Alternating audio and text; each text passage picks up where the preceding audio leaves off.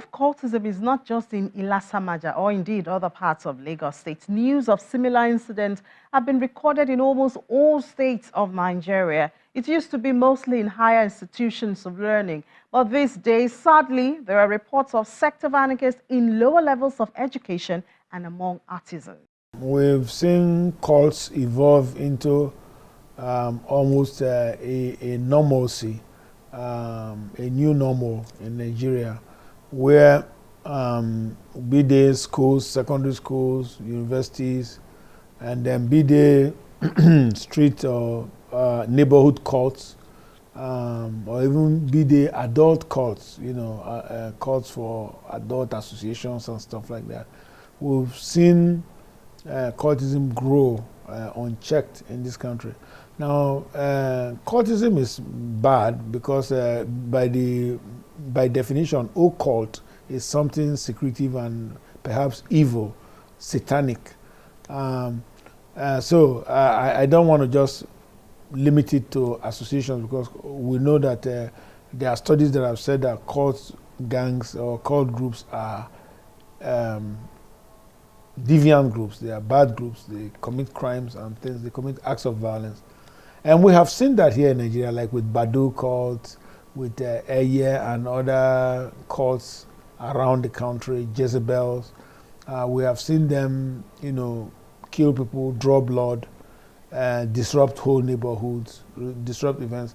And then a lot of people who are being arrested for robberies and kidnappings and other violent crimes have said that they were members of cult groups, and that is where they learned their criminal trade.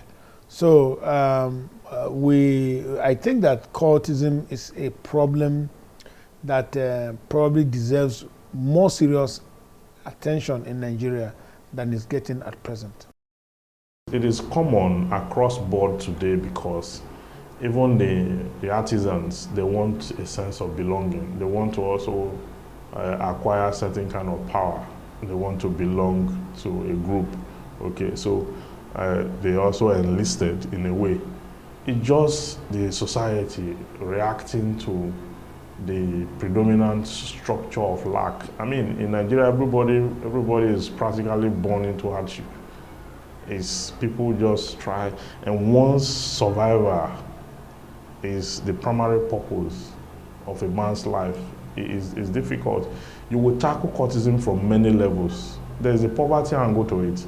It may not be solely because of poverty people get into these things because they want to.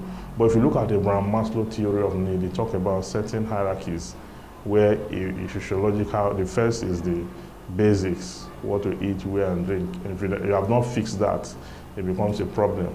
And then most of these artisans you see, most of these people you find have these issues. So that parents need to do more. The police has been placed at the lead of solving the problem. As the first responder in security matters, they get information of happenings first and have the burden to follow each case through. However, officers have complained of some impediments in their line of work, one of which is threat messages from suspected cultists. Law enforcement personnel, they are driven by professional attachments or inclinations, and by a creed for doing what the rest of society doesn't want to do. So that's the hallmark of law enforcement. That's why they are accorded so much respect. They have so much authority. Policeman can tell your car to stop or go. He can choose to punish you or to let you go. Do you understand what I'm saying? Just ordinary corporal. Doesn't matter how, it's not, you don't have to have stars or his epaulet.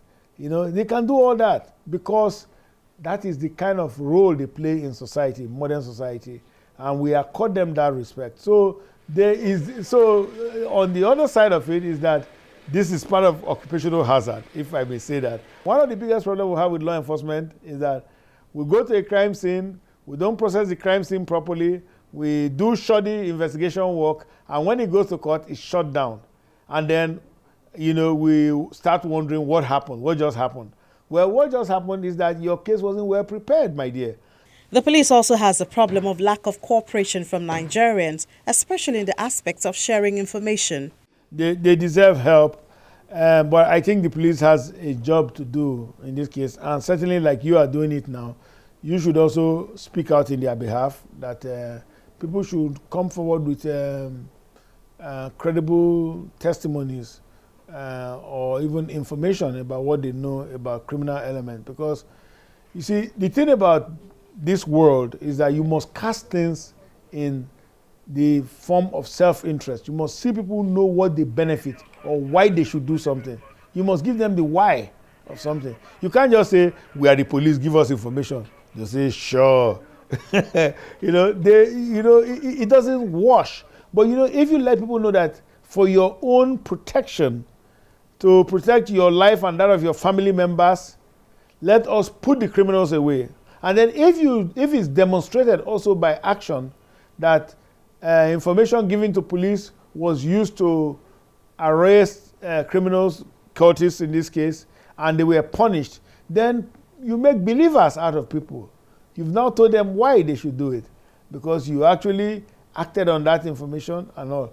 Report to us or report to police. The law has a major contribution in depopulating cult groups, and according to lawyer Evans Ofeli, there is need for stricter measures in some states.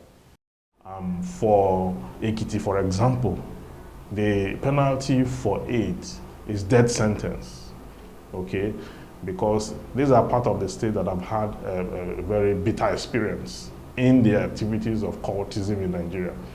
It has spread off from the higher institution that it used to be to even the secondary schools, and now have secondary school students involved in cultism and all that. And in those states where you have had this unfettered access, like in Rivers State, for example, also, where you have all these problems in high school, in university and all that, they have created capital punishment for it. In the past 2 years, we've had a lot of issues of cultism in Lagos State. There's this Bado group in Ikorodu at some point last year and the year preceding last year, where you have an upsurge of that activity. A lot of persons were killed, And also when you look at other areas like Bariga, Shomolu, those places, you have cultism resident in all the places. It has become a very high, there's a very high rate of it. The propensity by the day is deepening. Okay, when you go to Ikorodu also, in some of the schools there, the boarding schools there, you have cultism all over the place. And because Lagos is a very special state, it has a population, okay, there's a high density of population, the demographics are there, the youth population is high, okay? So I think Lagos State is one of the states that should make severe punishments for that particular activity or that offense. Dr. Ona has suggestions on the way out apart from the law. Political action. We know that because a lot of youths don't have recreational activities, they don't have places to go and engage in sports, they don't have support systems, very good social support networks here, it tends to be criminogenic. And what's the easiest crime to do? Join a cult gang, so you have your brothers to commit these things with, and then you can be lost in the anonymity of a cult group. So the political dimension, the governance dimension, providing adequate services to youths such that they can stay away from these kinds of antisocial groups is also very important. Now, the third dimension is social intervention. That is the social institutions. People like the Rotary, the Lions Club, neighborhood associations. We need to engage our youths, other than just the government now. We need to engage our youths in the kinds of things they are doing. When you start congregating in one corner, or they start wearing uniforms, look, there's a lot of precursor to violence. Violence doesn't just happen spontaneously. Violence has a lot of precursors. In Incidentally, the solution to many challenges in not just Nigeria but globally seems to be rooted in the family. As has been suggested on this episode of the program, one of the ways to curb cultism is for parents to give more attention to the upbringing of their children. That, of course, is apart from other suggestions. Well, that's our story on this episode of the program. Do watch the program anytime at all on our YouTube channel, and please share your thoughts with us through our social media platform. That's it for now. Thank you for watching. I'm Ini John Mekwa.